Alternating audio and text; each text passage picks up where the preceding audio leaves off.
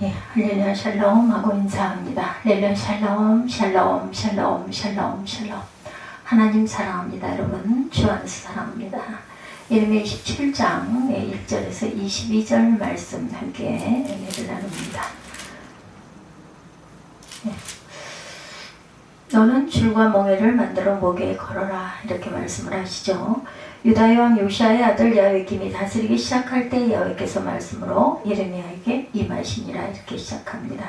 여호와께서 이와 같이 말씀하시되 너는 줄과 멍에를 만들어 내 목에 걸고 유다의 왕 시드기야를 보러 예루살렘에 온 사신들의 손에도 그것을 줘 에돔의 왕과 모압의 왕과 암몬 자손의 왕과 두로의 왕과 시돈의 왕에게 보내며 그들에게 명령하여 그들의 주에게 말하게 하기를, 만군의 야훼 이스라엘 하나님께서 이와 같이 말씀하시되 너는 너희의 주에게 이같이 하노라. 나는 내 큰 능력과 나의 쳐든 팔로 땅과 지상에 있는 사람과 짐승들을 만들고 내가 보기에 옳은 사람에게 그것을 주었노라. 이제 내가 이 모든 땅을 내 종 바벨론의 왕 느부갓네살의 손에 주고 또 들짐승들을 그에게 주어 섬기게 하였나니 모든 나라가 그와 그의 아들과 손자를 그 땅에 기한이 이르기까지 섬기리라. 또한 많은 나라들과 큰 왕들이 그 자신을 섬기리라. 1절에서 7절까지의 내용 함께 읽어보았습니다. 지금 우리는 정부 지침에 따라서 한동안 비대면 예배를 드렸었죠. 3년여 기간, 코로나 기간 동안 그 철칙을 따라서 움직여 왔습니다. 평생 신앙생활을 해오신 분들 비대면 예배 드리는 것을 받아들이기가 참 힘드셨을 것 같아요. 왜냐하면 예배는 신앙인들에게 생명과 같은 것이었기 때문이죠. 믿음의 선진들이 죽음을 각오해서라도 예배를 드려왔던 것을 생각하면서 우리가 정부의 명령대로 비대면 예배를 드리는 그 기간 동안 얼마나 힘드셨는지. 이렇게 조그마한 교회들은 그나마 좀 나았어요, 그죠? 많은 인원들이 아니기 때문에 그래도 타격을 좀 받긴 했지만 중대형 교회들 정말 많이 힘드셨을 것 같습니다. 지금도 그 여파가 있어서 아직도 그 비대면 예배들을 드리셨던 거기에 익숙해진 분들은 교회를 많이 안 나오시는 분들도 계시다라는 이야기를 들었어요. 기독교인의 60%는 경우에 따라서는 비대면 예배를 드릴 수 있다, 이렇게 설문조사를 했더니 답변을 했다고 합니다. 40%는 어떤 경우일지라도 대면 예배를 드려야 한다, 이렇게 답변을 했다고 그러죠. 이런 생각도 8.15 광복절을 지나면서 적극적인 집단 감염이 시작돼서 많이 바뀌더라 합니다. 왜냐하면 대면 예배에 이전처럼 빽빽히 앉아드리고 예배 후에 식사, 교제, 성가대, 모임까지 강행했던 교회들을 통해서 집단 감염이 많이 나타났기 때문에 그 영향을 많이 받았다고 그래요. 어느 지방의 한 교회 목사님이 교회 출입문 앞에 이런 굴귀를 써붙여 놓기도 했다고 그러죠. 예배 드리면 죽인다고 칼이 들어올 때 목숨을 걸고 예배 드리는 것이 신앙입니다. 그러나 예배 모임이 칼이 되어서 이웃의 목숨을 위태롭게 하면 모이지 않는 것이 또한 신앙입니다. 나의 신앙의 신념을 위해서 드리는 예배가 다른 사람의 목숨을 위태롭게 한다면 그것이 진정 하나님의 기뻐하시는 신앙이 되겠느냐는 그리죠. 여러분들 공감하십니까? 우리는 우리나라의 상황을 통해서 진정 하나님의 뜻이 무엇인지를 분별해야 할 때가 요즘에 이 근래의 시국이 아닌가. 성경의 역사를 살펴보니 유대인들도 대면 예배를 드리지 못하고 비대면 예배를 드려야 할 때가 있었다고 합니다. 그 당시에도 비대면 예배는 하나님의 뜻이었다고 그래요.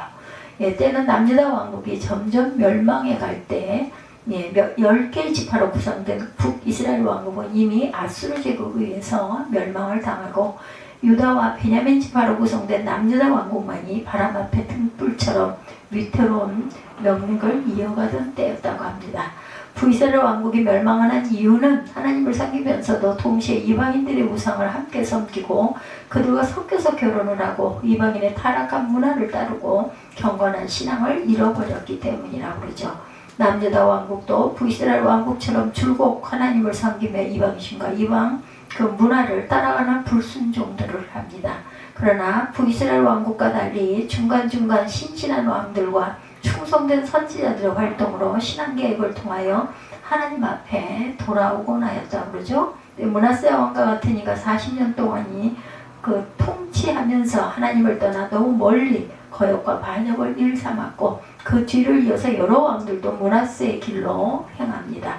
그래서 하나님은 남유다 왕국을 멸망시키기로 작정을 하셨고 영원히 버리시지 않고 그러나 한동안 징계하신 후에 회복시키기로 또한 작정하시죠. 그 수단으로 사용하신 것이 당시 중동의 패권을 갖고 있던 바벨론 제국이었다고 그래요. 바벨론 제국은 이전에 패권을 갖고 있던 아수르 제국을 무너뜨리고 세워진 신흥 강국이었는데 바벨론 제국의 느부갓네살 왕은 이미 한 차례 남유다 왕국의 예루살렘을 공격하고 손쉽게 점령을 했어요. 그리고 예루살렘 성전의 보물들을 약탈해가고 그와 함께 많은 귀족과 소년 엘리트들을 포로로 잡아갑니다.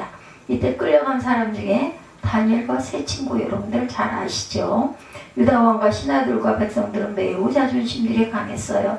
하나님이 택하신 백성이라는 선민의식, 자부심도 있었고 또한 이방 나라의 속국이 되고 그들의 신을 섬겨야 한다는 것이 아주 굴욕적이기도 했겠죠. 반대로 바벨론에 항복했다는 야외김 왕은 바벨론과 다시 싸우겠다고 3년 만에 선언을 했죠.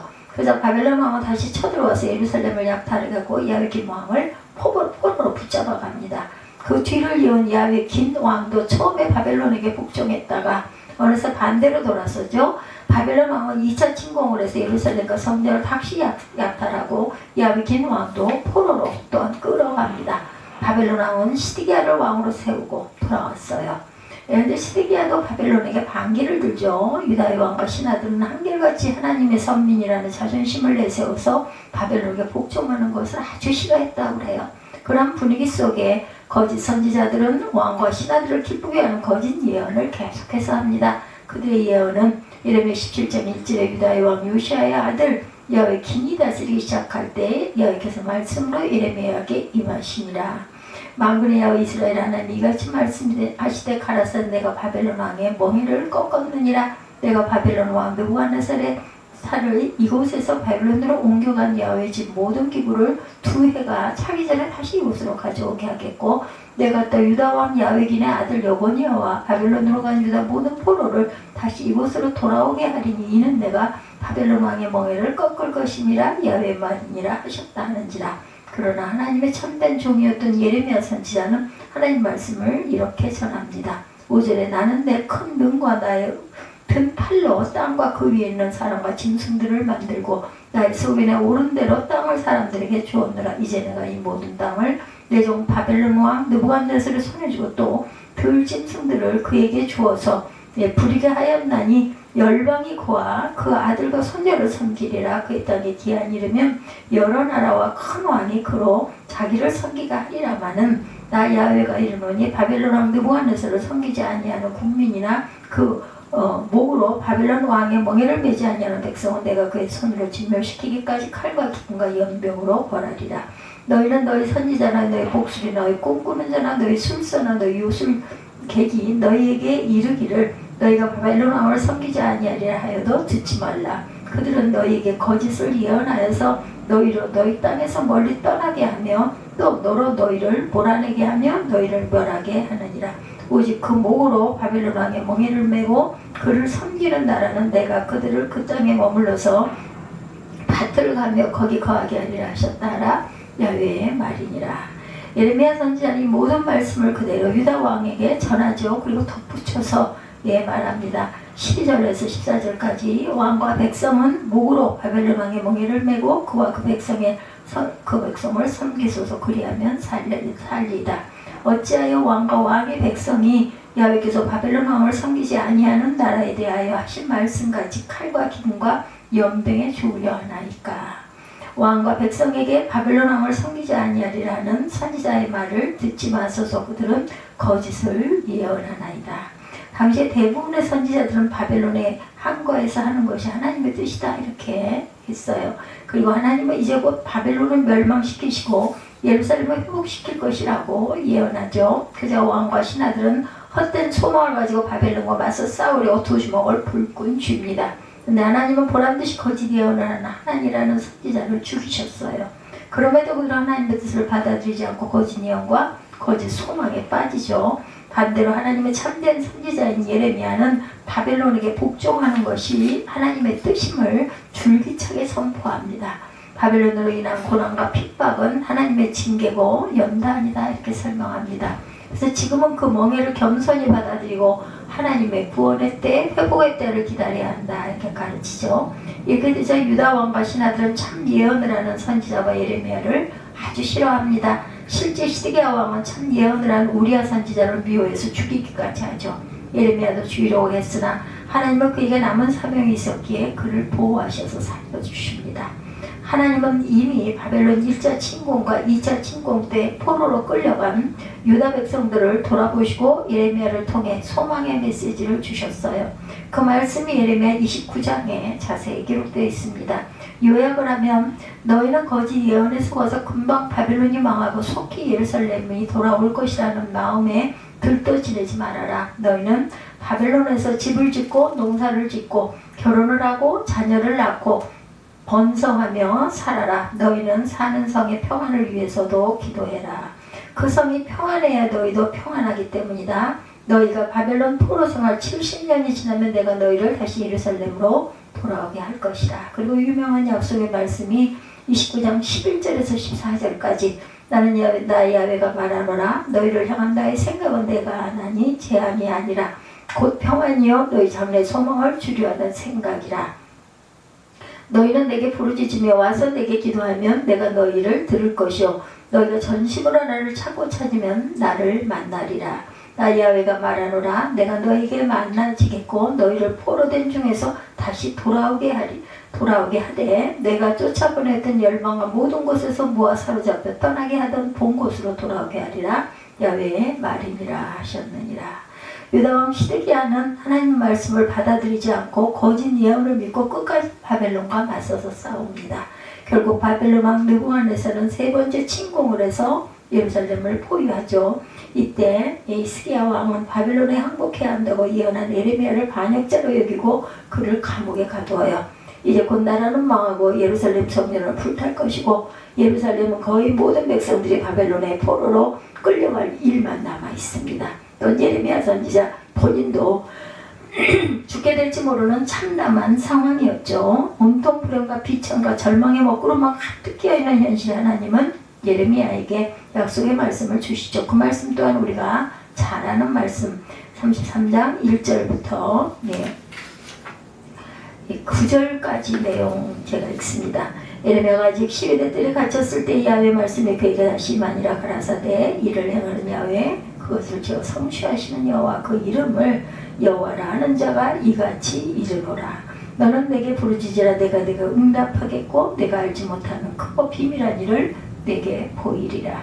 이스라엘 하나님 야훼가 말하노라. 우리가 이 성읍의 가족과 이 성읍의 그 가옥과 유다 원공을 헐어서 갈대아인의 흉벽과 칼을 막아 싸우려 하였으나 내가 나의 노와 분함으로 그들을 죽이고 그 시체로 이 성에 채우고 하였나니 이는 그들의 모든 악을 인하여 나의 얼굴을 가리어 이 성을 돌아보지 아니하였습니다. 그러나 보라 내가 이 성을 치료하며 고쳐 낫게 하고 평강과 성실함의 풍성함을 그들에게 나타낼 것이며 내가 유다의 포로와 이스라엘의 포로를 돌아오게 하여 그들을 처음과 같이 세울 것이며 내가 그들을 내게 범한 그 모든 죄악에서 정하게 하며 그들이 내게 범하여 행한 모든 죄악을 사할 것이라. 이 성읍이 세계 열방 앞에 내게 기쁜 이름이 될 것이며 찬송과 영광이 될 것이요 그들은 나의 이 백성에게 베푼 모든 복을 들을 것이요 나는 이 성읍에 베푼 모든 복과 모든 평강을 인하여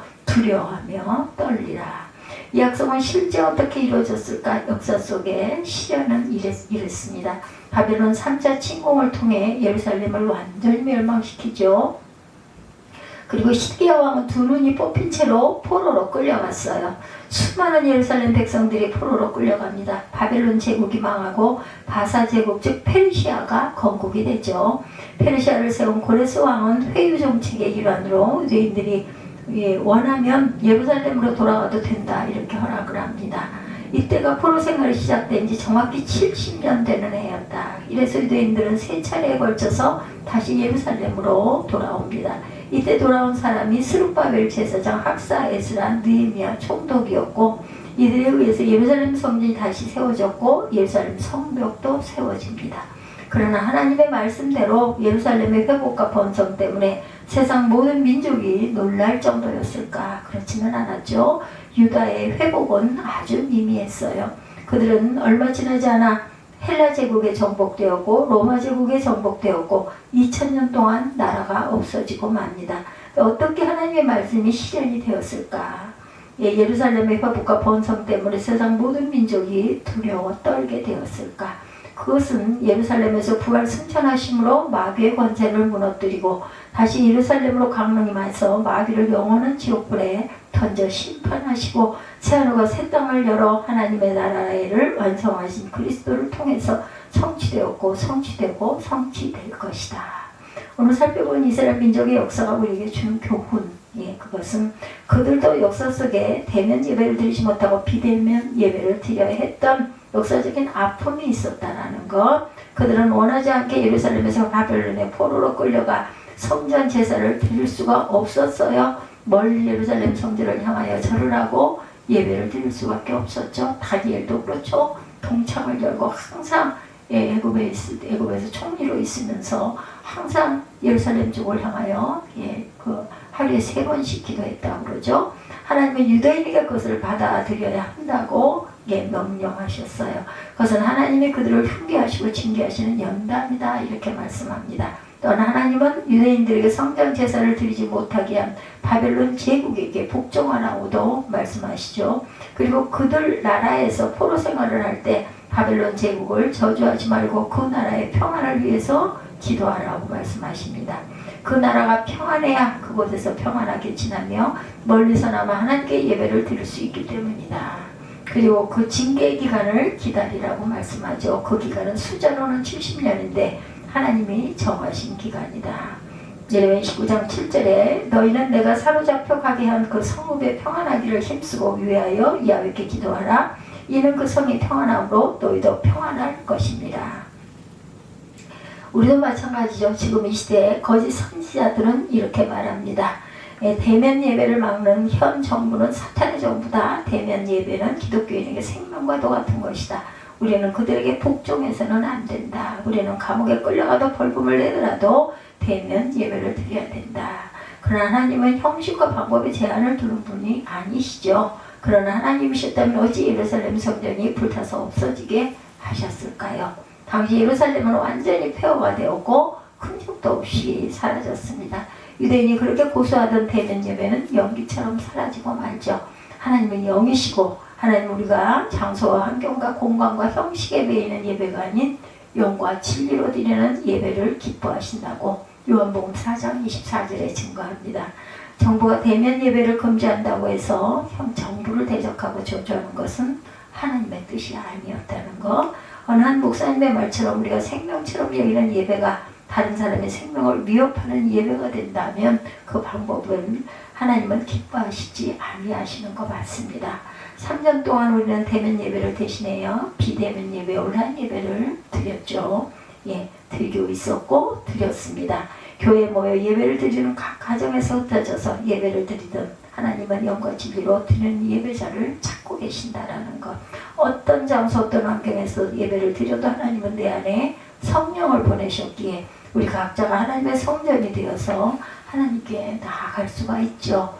정부의 지침을 따르고 정부와 위정자를 위해 열심히 기도하면 하나님이 기뻐하시고 속히 이 나라를 안정시켜 주실 것입니다. 바벨론 포로로 끌려간 유대인들에게 하나님의 그 성의 평화를 위해서 기도하라고 하셨으니 우리도 나의 정치적인 성향과 관계없이 대통령과 위정자를 위해 기도해야 할 줄 믿습니다. 그들을 세우시고 폐하시는 분은 하나님이시죠. 그리고 하나님의 포로로 끌려간 유대인들에게 회복에 대한 약속의 말씀을 주셨듯이 우리에게도 회복을 허락해 주셨습니다. 하나님의 나라님이 우리에게 임하였고 지금도 확정되고 있고 마침내 완성될 것입니다. 우리의 현실도 이 코로나19 언제까지 갈지였는데 벌써 다 정리가 돼서 언제 그런 일이 있었느냐 이런 지금 현재 오늘이죠. 유대인에게 주신 약속의 말씀은 우리에게 주신 말씀이다. 예레미야 33장 1절에서 9절 말씀. 예레미야가 아직 시대들에 갇혔을 때 야훼 말씀이 그에게 다시 임하니라. 가라사대 일을 행하시는 야훼, 것을 저 성취하시는 야훼, 그의 이름을 야훼라 하는 자가 이같이 이름으라. 너는 내게 부르짖으라. 내가 내게 응답하겠고 내가 알지 못하는 크고 비밀한 일을 내게 보이리라. 그러나 보라, 내가 이 성을 치료하며 고쳐 낫게 하며 평강과 성실함의 풍성함으로 그들에게 나타낼 것이며 내가 유다의 포로와 이스라엘의 포로를 돌아오게 하여 그들을 처음과 같이 세울 것이며 내가 그들을 내게 범한 그 모든 죄악에서 정하게 하며 그들이 내게 범하며 행한 모든 죄악을 사할 것이라. 이 성읍이 세계 열방 앞에 내게 기쁜 이름이 될 것이며 찬송과 영광이 될 것이요 그들은 나의 유백성에게 베푼 모든 복을 들을 것이요 나의 이 성읍에 베푼 모든 복과 모든 평강을 인하여 두려워 떨리라. 우리가 해야 할 일은 거짓 선지자들의 말에 현혹되지 말고 하나님의 말씀에 귀 기울이는 거죠. 그래서 이 시기가 하나님의 백성들에게 수치와 공경과 멸시의 기간이 되지만 그것을 연단으로 받아들이고 겸손하게 순종할 줄 알아야 되겠다. 나라와 위정자를 위해서 늘 기도해야 되겠죠. 연단의 기간이 끝나면 하나님이 치료하시고 회복시켜 주실 것을 믿고 하나님께 부르짖어 기도해야 한다는 것을 잊지 않는 저와 여러분이 되시기를 주님의 이름으로 축복합니다.